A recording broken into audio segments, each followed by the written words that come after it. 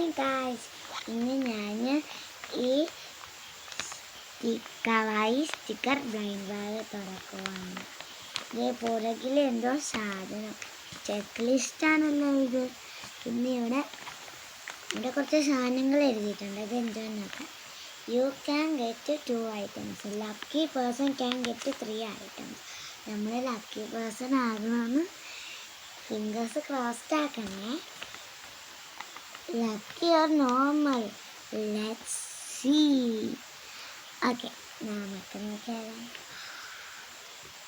നോക്കിക്കേ guys, you are lucky. You have 3 items. Oh wow, നമുക്ക് ഈ വാങ്ങിനകത്ത് 3 items ഉണ്ട്, 2 പകരം. ഇവിടെ കാണിച്ചേക്കണത് നമുക്കൊരു കവായി പിങ്ക് സ്റ്റിക്കറുകൾ കിട്ടാന്ന് പറഞ്ഞ്, കവായി സ്റ്റിക്കർ ബുക്ക് കിട്ടാമെന്ന് പറഞ്ഞ്, ഒരു ഷീറ്റ് സ്റ്റിക്കർ കിട്ടാമെന്ന് പറഞ്ഞ്, പിന്നെ സ്റ്റിക്കർ സ്ക്വിഷി.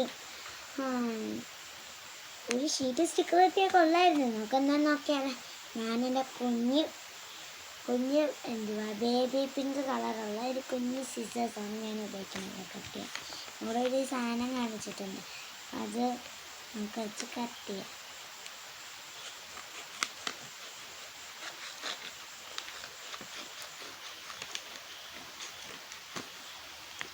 ഓക്കെ, ഞാൻ തന്നെ ഫസ്റ്റ് ഞാൻ നിങ്ങളെ കാണിപ്പിക്കാവേ. അയ്യോ, എനിക്ക് കാണാതെ നിങ്ങൾ കണ്ടല്ലോ ഇതിൻ്റെ അകത്ത് എന്തുവാണെന്ന്.